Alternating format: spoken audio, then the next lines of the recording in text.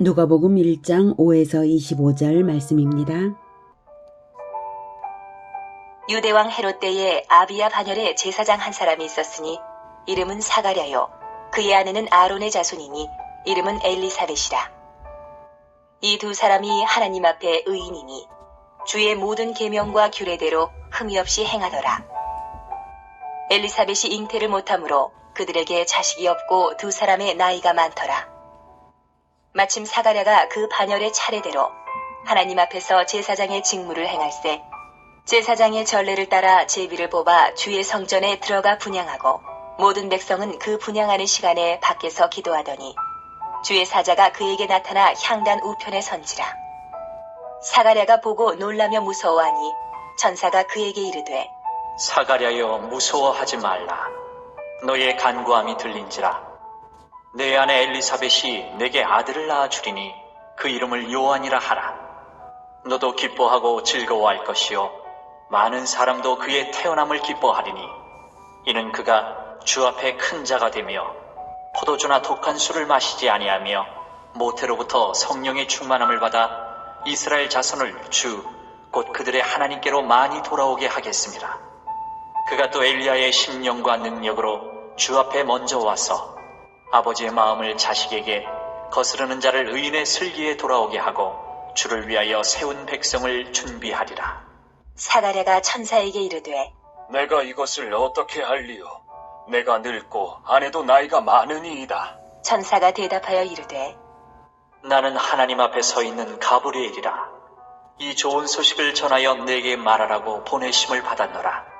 보라, 이 일이 되는 날까지 내가 말 못하는 자가 되어 능히 말을 못하리니 이는 내가 내 말을 믿지 아니함이거니와 때가 이르면 내 말이 이루어지리라 하더라. 백성들이 사가랴를 기다리며 그가 성전 안에서 지체함을 이상히 여기더라. 그가 나와서 그들에게 말을 못하니 백성들이 그가 성전 안에서 환상을 본 줄 알았더라. 그가 몸짓으로 뜻을 표시하며 그냥 말 못하는 대로 있더니 그 직무의 날이 다 되매 집으로 돌아가니라. 이후에 그의 아내 엘리사벳이 잉태하고 5달 동안 숨어 있으며 이르되 주께서 나를 돌보시는 날에 사람들 앞에서 내 부끄러움을 없게 하시려고 이렇게 행하심이라 하더라. 사랑하는 형제 여러분, 2월 8일 월요일 저녁 묵상에 오신 것을 환영합니다. 누가복음은 복음의 제2세대인 누가가 제1세대에게서 들은 그대로, 즉 예수님의 공생애를 예수님과의 동행으로 목격한 증인들에게서 전하여 들은 그대로 복음서들 중에 가장 자세히 시간 순서대로 기록한 편지입니다. 대상 독자는 이방인인 그리스도인입니다. 이미 예수님을 믿는 사람들이 더욱 자세히 예수님의 공생애를 알고 세상에 전하여 주라는 의미가 있습니다. 누가복음 1장은 예수님 탄생보다 6개월 앞서서 탄생한 세례 요한의 수태 사건부터 알려줍니다. 세례 요한이 그리스도를 소개할 선지자로 구약 성경에 예언되었기 때문에 그리스도보다 먼저 태어나는 것이죠. 선구자에 불과한 세례 요한조차도 구약의 예언 성취로서 탄생하게 하는 것을 볼 때에 세례 요한이 안내하는 예수님이야말로 구약 예언의 성취로서 오신 그리스도이심을 확신하게 합니다. 이스라엘은 그리스도를 기다리고 있었기에 그리스도를 예비할, 그리스도의 길을 예비할 그 선지자를 기다리고 있었습니다. 5절, 유대왕 헤롯 때에 아비야 반열의 제사장 한 사람이 있었으니 이름은 사가랴요. 다윗 시대 이후 제사장들은 24반열로 나뉘어서 1년에 한 주간씩 2번 성전에서 봉사했고요. 그 24반열 중 하나가 아비야 반열입니다. 그의 아내는 아론의 자손이니 이름은 엘리사벳이라. 아내도 제사장 가문이죠. 부부가 모두 제사장 가문인 것은 매우 영광스러운 일입니다. 세례 요한이 메시아의 선구자로서 부족함 없는 혈통에서 태어났음을 보여줍니다. 이 두 사람이 하나님 앞에 의인이니 주의 모든 계명과 규례대로 흠이 없이 행하더라. 하나님 앞에 의인이라는 말은, 의인이란 하나님과의 언약 관계에 합당한 삶을 사는 자라는 의미입니다. 요한의 부모는 대속주 그리스도를 기다리는 참된 신앙의 소유자들이었던 것입니다. 하나님과의 언약 관계에 합당한 자들은 하나님께 올려드리는 그 제사의 의미를 올바르게 알고 그러므로 참된 실체이신 대속주 그리스도를 기다리게 되어 있거든요. 7절 엘리사벳이 잉태를 못함으로 그들에게 자식이 없고 두 사람의 나이가 많더라. 그들은 이미 수태 능력을 잃은 노인들이었습니다. 그러니 엘리사벳의 임신 사실 자체가 매우 경이로운 일이 되고 사람들의 주목을 받아서 하나님이 행하실 그리스도의 초림을 더욱 기대하게 하는 일입니다. 마침 사가랴가 그 반열의 차례대로 하나님 앞에서 제사장의 직무를 행할새 제사장의 전례를 따라 제비를 뽑아서 주의 성전에 들어가서 분향을 했죠. 제비 뽑기는 하나님의 직접적인 개입을 관여하심에 그 개입과 관여하심에 의존하는 선택 방법이죠. 당시 제사장들의 수요가 약 2만여 명에 달하고요. 성전의 모든 의식 중에서 분향하는 일에 뽑히는 영광은 일생에 한 번 올까 말까한 일이었다고 합니다. 그래서 하나님께서 사가랴에게 개입하셔서 사가랴가 분향을 하도록 하시는 거죠. 그때 천사가 나타나서 분향할 때 천사가 나타나서 요한의 수태를 고지했다는 사실은 결코 우연이 아니라 하나님의 전적인 섭리로 말미암은 것입니다. 10절 모든 백성은 그 분향하는 시간에 밖에서 기도하더니 유대인들은 하루 3번 성전뜰에 모여 기도했습니다. 그 중에 아침과 저녁 시간은 분향 시간이기 때문에 분향 시간에 맞춰 기도를 합니다. 성전이 아니어도 그 시간이면 기도를 하죠. 그래서 모든 백성이 분향 시간에 기도했다고 말하는 것이고요. 11절 주의 사자가 그에게 나타나 향단 5편에 선지라. 분향할 때의 그 향단 5편. 네, 이때 나타난 주의 사자는 19절에 나오는 가브리엘이고요. 향단 5편이란 분향자가 볼 때에 향단의 오른쪽에 나타난 것입니다. 사가랴가 보고 놀라며 무서워하니 천사가 그에게 이르되 사가랴야 무서워하지 말라. 너의 간구함이 들린지라. 내 아내 엘리사벳이 네게 아들을 낳아주리니 이름을 요한이라 하라. 이때 너의 간구함이 들린지라. 사가랴가 간구한 것이 아들을 낳게 해달라는 기도였을까요? 사가랴와 그의 아내는 이미 늙어 임신을 할 수 없다는 것을 아는데도 사가랴가 그렇게 기도했을 리는 없죠. 18절에 사가랴가 뭐라고 말을 하느냐면 사가랴가 천사에게 이르되 내가 이것을 어떻게 알리오. 내가 늙고 아내도 나이가 많으니이다. 이렇게 천사의 말을 믿지 못할 정도로 말한 것에서도 사가랴의 기도는 아들을 낳게 해달라는 기도가 아니었음을 알 수 있죠. 네, 오래전 젊었을 때 드린 기도일지는 몰라도 최근까지 이런 기도를 드린 것은 절대 아닙니다. 그래서 너의 간구함이라는 것은 너의 간구함이 하나님께 상달되어서 이제 네가 아들을 갖게 되었다, 이 뜻은 무엇이겠습니까? 그것은 바로 그리스도를 보내달라는 기도입니다. 그리스도를 보내기 위하여서 그리스도 앞서 길을 예비할 자를 보내시고 이어서 그리스도를 보내달라는 기도를 사가랴가 했다는 것입니다. 16, 17절대로 기도를 했기 때문에 16, 17절대로 응답을 하시는 건데요.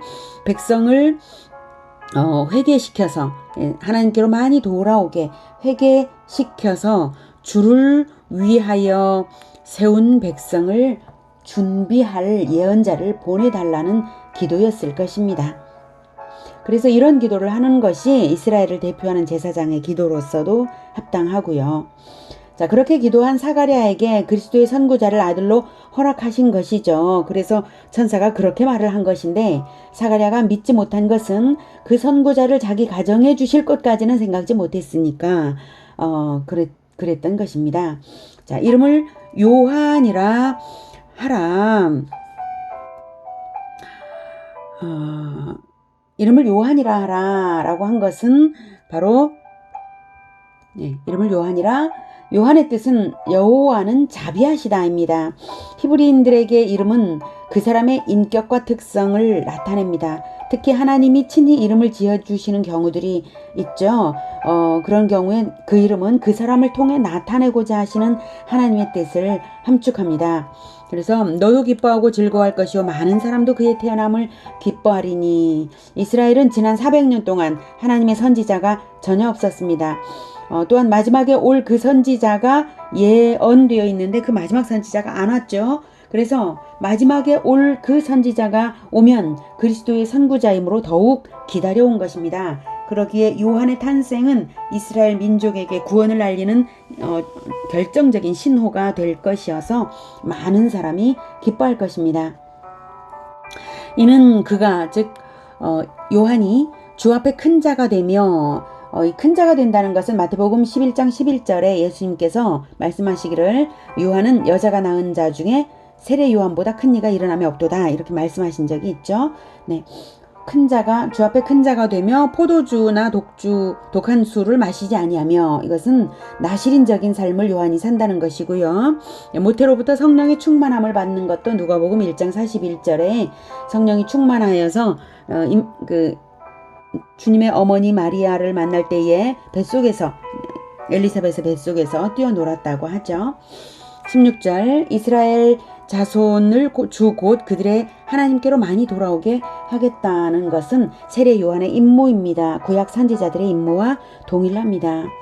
그가 또 엘리야의 심령과 능력으로 주 앞에 먼저 와서 이것은 엘리야의 심령과 능력으로 이것은 엘리야와 같은 기질이나 영향력으로 사역한다는 뜻입니다. 훗날 요한 자신은 엘리야가 아니라고 백성들이 질문에 대답한 적이 있었는데요. 그것은 엘리야적 사역이 아니라는 뜻이 아니라 엘리야의 환생이나 소생이냐라는 그 질문을 받고 나는 엘리야의 환생이 아니다 이런 뜻으로 말한 것이고요.